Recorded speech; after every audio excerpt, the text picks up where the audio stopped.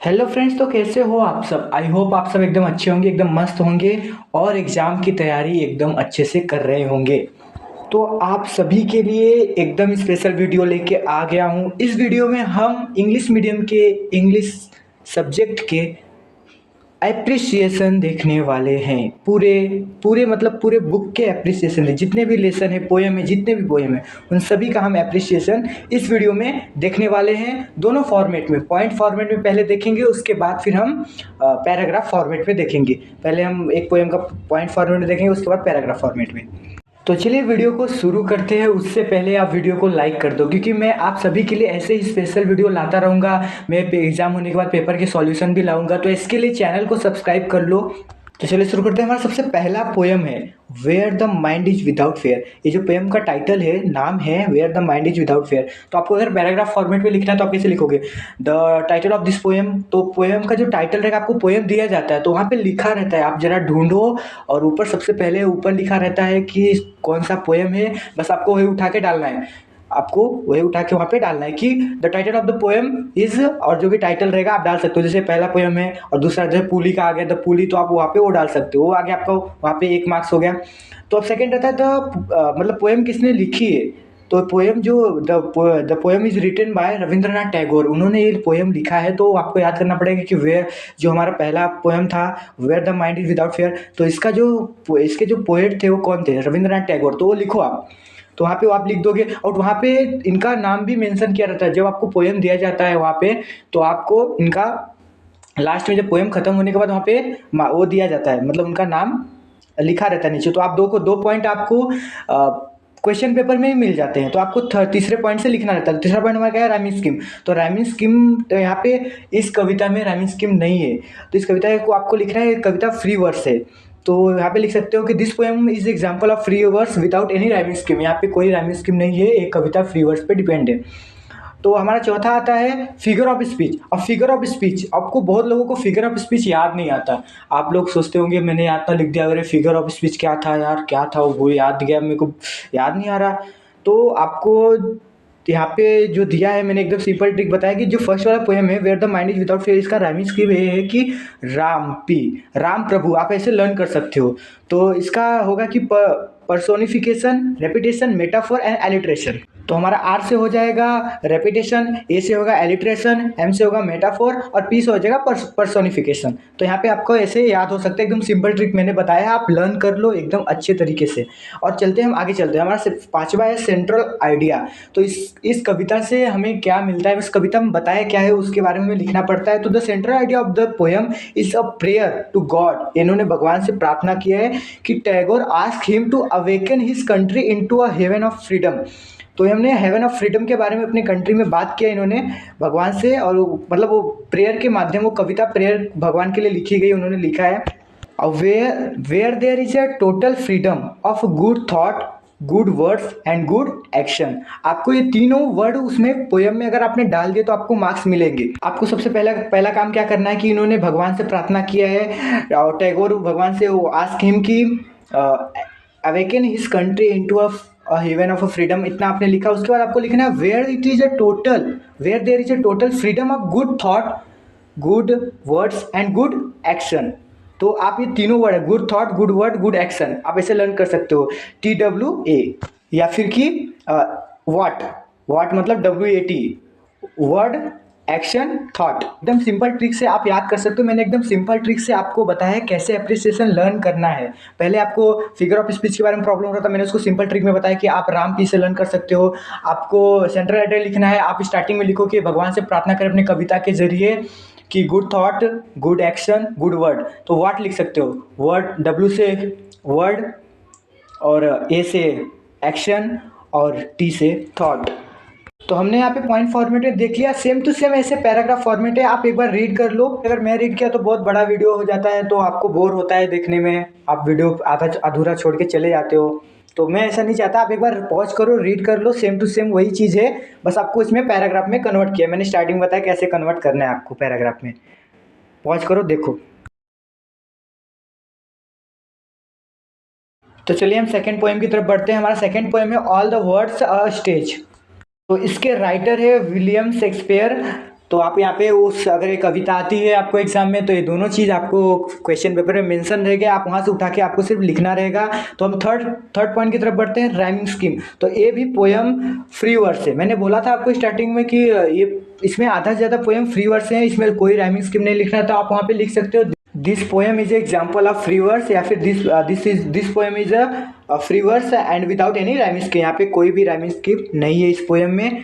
तो चलिए हम फोर्थ टॉपिक और बढ़ते हैं। हमारा चौथा पॉइंट है फिगर ऑफ स्पीच। आप बोलोगे फिगर ऑफ स्पीच अब यहाँ पे कैसे लर्न करें, यहाँ पे अलग है, तो मैं इसका भी एकदम सिंपल ट्रिक आपको बता दूंगा।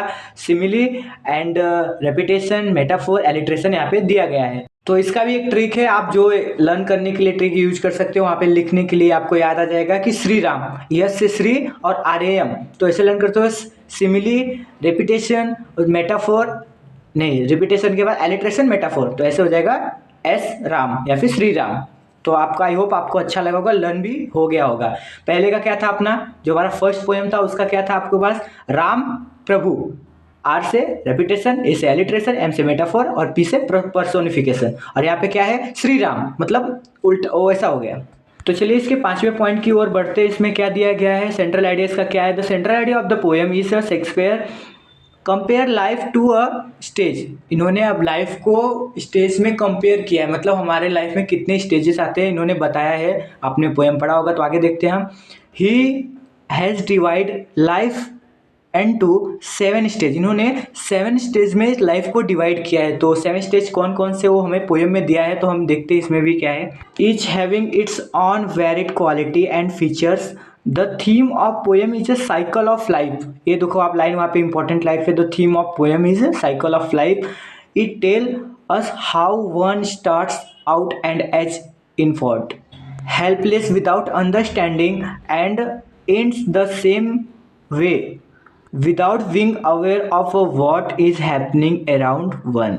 अगर आपको ऐसे लिखने में, लर्न करने में प्रॉब्लम हो रही है तो आप वहाँ पे अपने मन से लिख सकते हो। आपको कविता पूरी तरह से समझी गई है कि the central idea of the poem is Shakespeare compare life to a stage.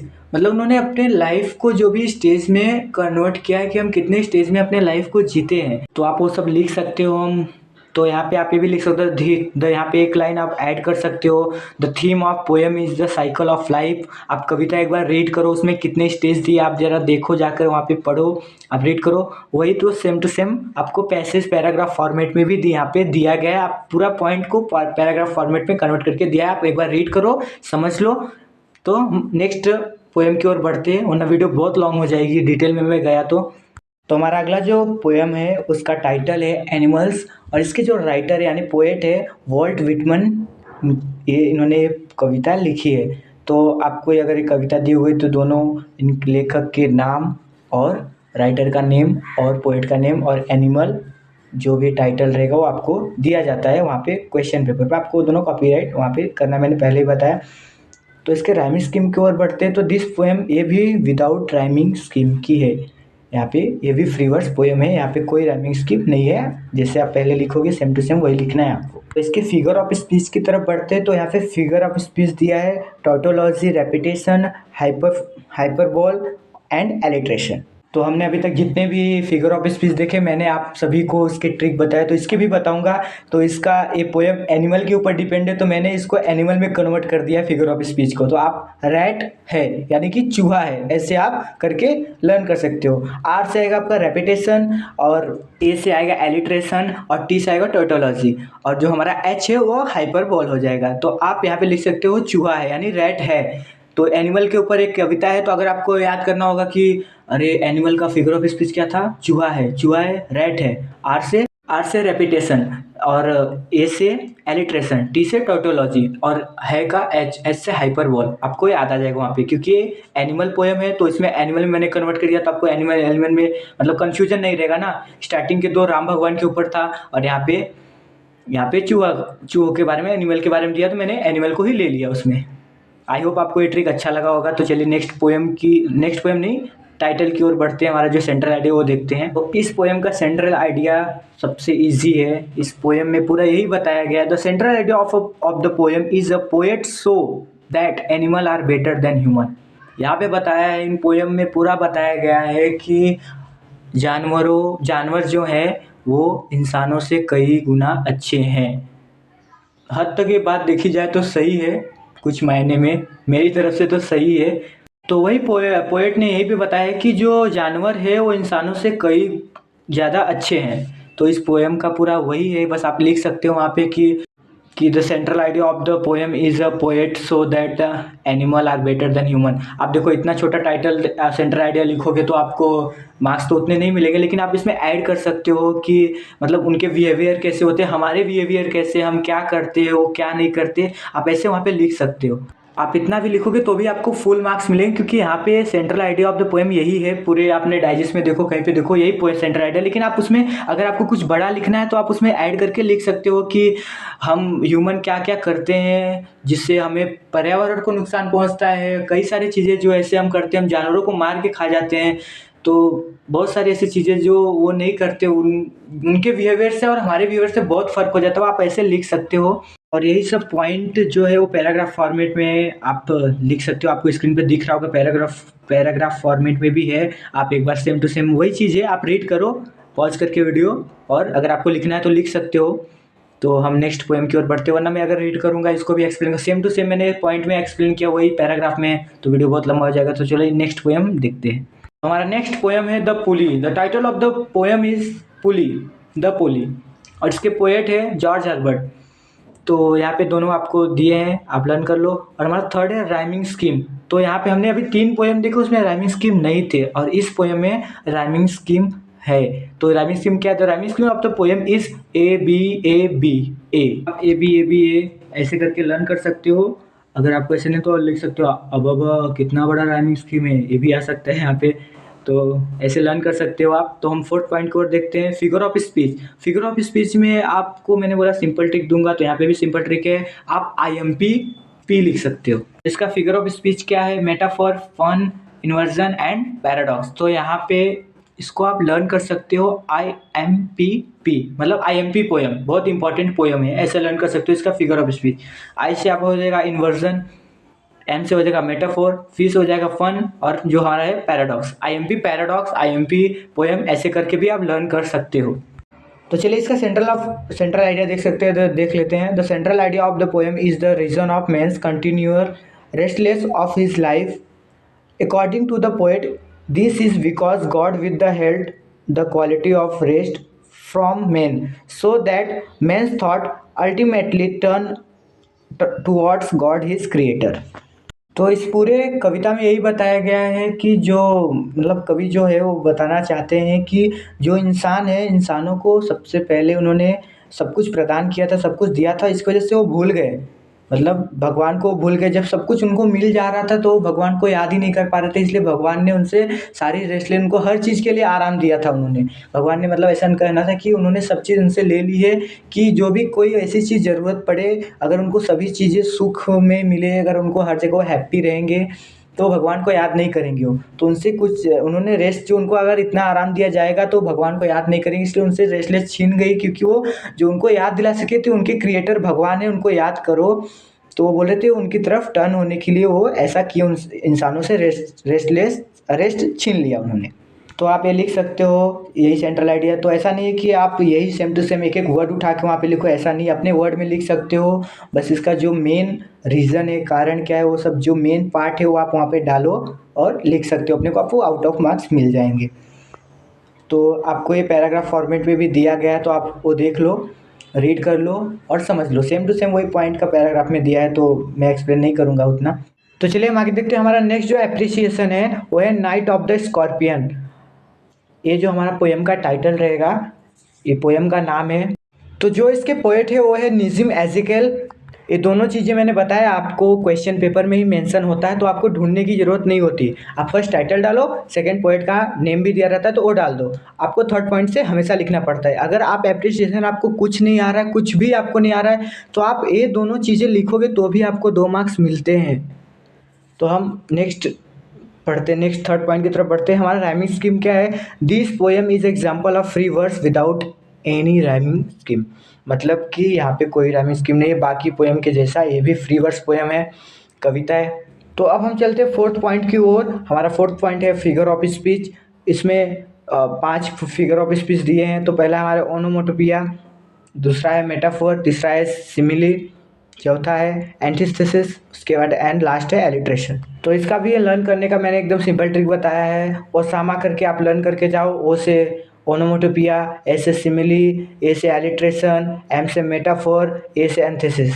Osama नाम करके लर्न करके जाओ। आपने ओसामा नाम तो सुना ही होगा। तो चलिए नेक्स्ट पॉइंट की ओर बढ़ते हैं। हमारा 5th पॉइंट है सेंट्रल आइडिया। तो चलिए वो देखते हैं। The central idea of the poem is the sense of sacrifice shown by a devoted mother, even as she suffered the pangs of a scorpion bites. She thanks God for sparing her children from such a ऑडियल। तो इस पूरे कविता में यही हमें बताया गया है कि जो माँ होती है वो सेल्फलेस होती है, वो खुद के बारे में नहीं सोचती, सिर्फ अपने बच्चों के बारे में सोचती रहती है। मतलब कुछ भी हो जाए वो अपने को बचाने की कोशिश नहीं करती, सबसे पहले अपने बच्चे के बारे में सोचती है, अपने बच्चे का ध्यान रखती है। तो यहाँ पे जो उसको मतलब स्कॉर्पियन ने काटा है तो भगवान को थैंक बोल रही कि उस स्कॉर्पियन ने उनको मतलब उस माँ को काटा है, ना कि बच्चों को। उन्होंने बोला कि मेरे बच्चे को सुरक्षित रखने के लिए थैंक यू सो मच। तो इस पूरे पोएम का टाइटल भी यही है कि जो मदर है वो अभी कभी भी अपने बच्चे को मतलब अकेला नहीं छोड़ती, हमेशा उनके साथ रहती है और उनका हमेशा ख्याल रखती है। वो सेल्फलेस होती है, खुद के बारे में कभी नहीं सोचती। तो इसका पैराग्राफ फॉर्मेट भी आपको स्क्रीन पर दिख रहा होगा। आप पॉज कर वीडियो को रीड कर लो। सेम वही चीज़ है, सेम टू सेम लास्ट तक आप देखोगे। इतना लिखा तो भी 5 मार्क्स मिलते हैं आपको एग्जाम में पैराग्राफ फॉर्मेट में। हमारा नेक्स्ट पोएम है द विल टू विन और इसके पोएट है बर्टन ब्रेली। तो इसका भी आपको राइमिंग स्कीम यहाँ पे नहीं दिया है, ये भी विदाउट राइमिंग स्कीम है क्योंकि इसमें बहुत रैंडमली राइमिंग स्कीम यूज हुई है तो वो नहीं दिया है। ये भी फ्री वर्ड्स का पार्ट है। तो इसका फिगर ऑफ स्पीच है repetition, climax, tautology and antithesis. और इसका सेंट्रल आइडिया है the central idea of the poem is the poet give us a formula for sure success. He tell us what we should avoid doing in order to achieve success. It's an inspirational poem. It motivate one to set target and achieve goals. एकदम easy तरीके से central idea दिया है। आप यहाँ पे बताया गया है कि अपने टारगेट को, अपने सक्सेस को कैसे अचीव करना है, इस पोएम में बताया है। द विल टू विन का मतलब भी आपको पता होगा, तो वही उसके बारे में एक्सप्लेन करना है। ऐसा नहीं है कि आप जो इसमें लिखा है वही आप लिख सकते हो, उसके बारे में आप कुछ लाइनें ऐड कर सकते हो और लिख सकते हो। इसका पैराग्राफ फॉर्मेट भी आपको स्क्रीन पे दिख रहा होगा, तो इसको भी मैं रीड नहीं करूँगा, आप देख लो, रीड कर लो, सेम टू सेम वही है। तो फ्रेंड्स यहाँ पे ही वीडियो स्टॉप करते हैं। अगर वीडियो अच्छा लगा तो वीडियो को लाइक करो। मैं बाकी भी आगे के 2 जो एप्रिसिएशन रह गए वो मैंने नहीं लिया है, तो मैं उसको नेक्स्ट वीडियो में लूँगा क्योंकि वीडियो बहुत लंबा हो जाता है तो अपलोड करने में प्रॉब्लम होता है, तो उसको मैं नेक्स्ट वीडियो में लूँगा। आप कमेंट करो, अगर आपको 2 एप्रिसिएशन चाहिए तो आप फटाफट कमेंट करो, मैं जल्द से जल्द उसको भी 2 एप्रिसिएशन में ले लूँगा। तो वीडियो को लाइक कर दो, चैनल को सब्सक्राइब कर लो क्योंकि ऐसे वीडियो के लिए चैनल सब्सक्राइब तो बनता है। तो मिलते हैं किसी नेक्स्ट वीडियो में, तब तक के लिए बाय एंड टेक केयर।